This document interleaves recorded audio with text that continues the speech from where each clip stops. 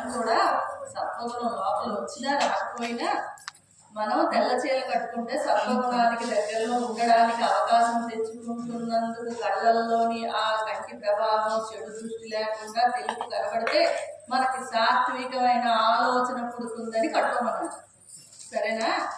అలాగే మీకు గత సంవత్సరం చెప్పాను, మరొకసారి చెప్తున్నాను. స్వామిని మనం దండం పెట్టేటప్పుడు పాదాలు చూడమన్నారు కదా, అలాగే కోరుకున్నప్పుడు ఎవరిని కోరుకోవాలి?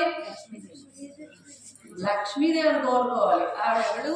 వ్యూహలక్ష్మి అనే ఆ వ్యూహలక్ష్మిగా ఆవిడ స్వామి వక్షస్థలంలో ఉంటుంది.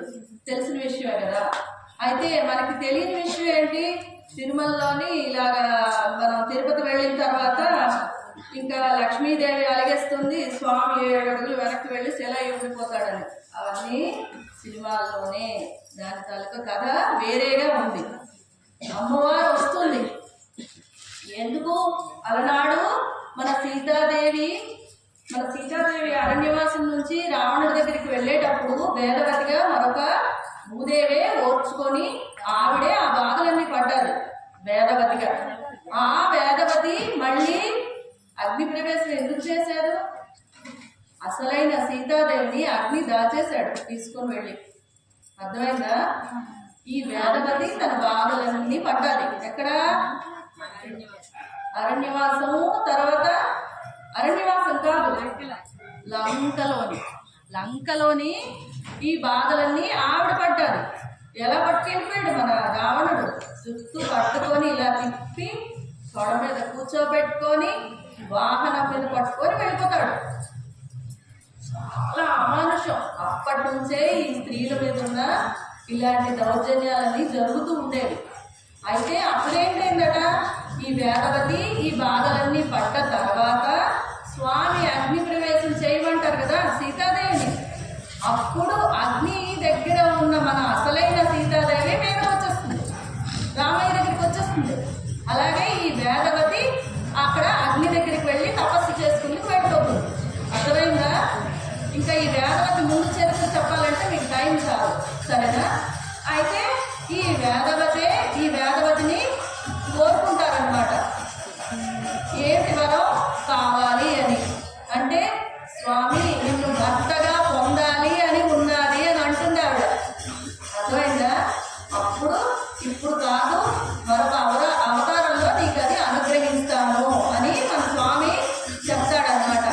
ఆ వేదవతే పద్మావతిగా పుట్టింది. అర్థమైందా? పద్మావతిగా పుట్టింది. తర్వాత ఈ భృగు మహర్షి కన్నేస్తాడు కదా వక్షస్థలం మీద. మీరు సినిమాలో చూసే ఉంటారు. వెంకటేశ్వర స్వామికి ఒక కన్ను ఇక్కడ కనేస్తాడు.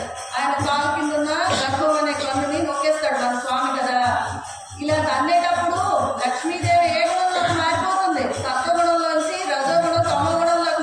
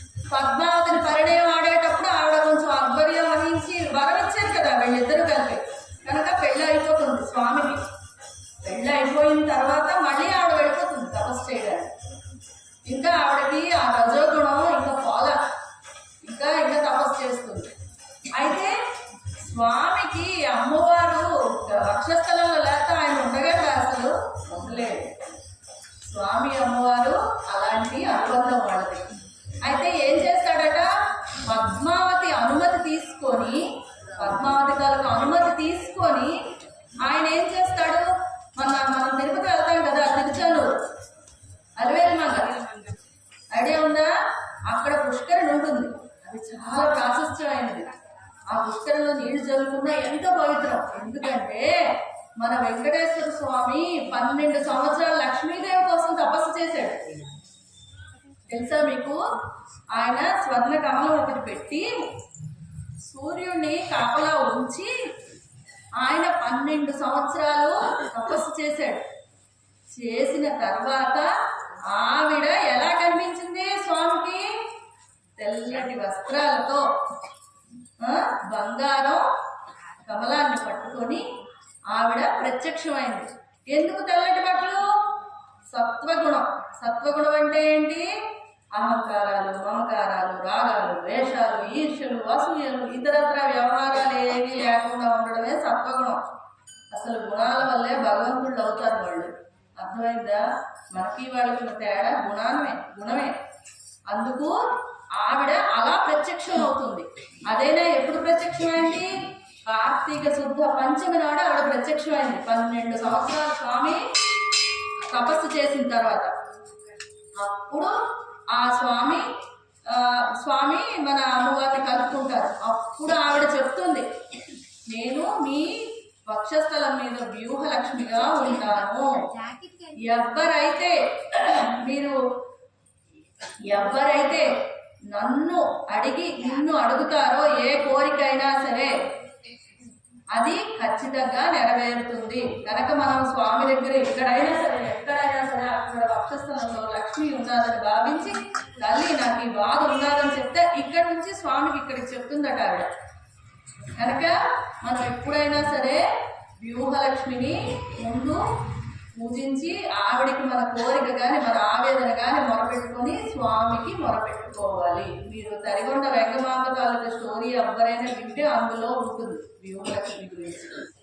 అర్థమైందా? కనుక అలాగా సత్వగుణంతో ఉండడం కోసం ఆవిడని, అందుకే అలవేలుమంగ ఆవిడ తిరుచానూరు అమ్మవారు అలవేలుమంగగా ఆవిడ పుట్టింది. అక్కడ ప్రత్యక్షమైందనమాట. ఆ పుష్కరిని ఎప్పుడైనా సరే తల మీద జరుపుకోండి. ఇప్పటికైనా సరే కార్తీక శుద్ధ పంచమి నాడు తిరుపతి నుండి అమ్మవారికి సారి పంపిస్తారు. మన స్వామి మరి పంపిస్తారు. అవన్నీ ఆ అమ్మవారికి కట్టబెడతారు. అర్థమైందా? అలాగా మనం అందుకోసం ఈ తెల్ల బట్టలతో రావడం అది జరిగిందనమాట. అలాగే తెలుగు అన్నది సత్వగుణం, సాత్వికం అలాంటిది. తర్వాత మానసికమైన ప్రశాంతతని తీసుకొస్తుంది. తెలుగు అంటే ఆడవాళ్ళు ఏదో తప్పుగా భావిస్తారు, కానీ అలా భావించక్కర్లేదు. అందుకోసమే మీకు ఇవాళ అందరినీ పట్టుకోమన్నమాట.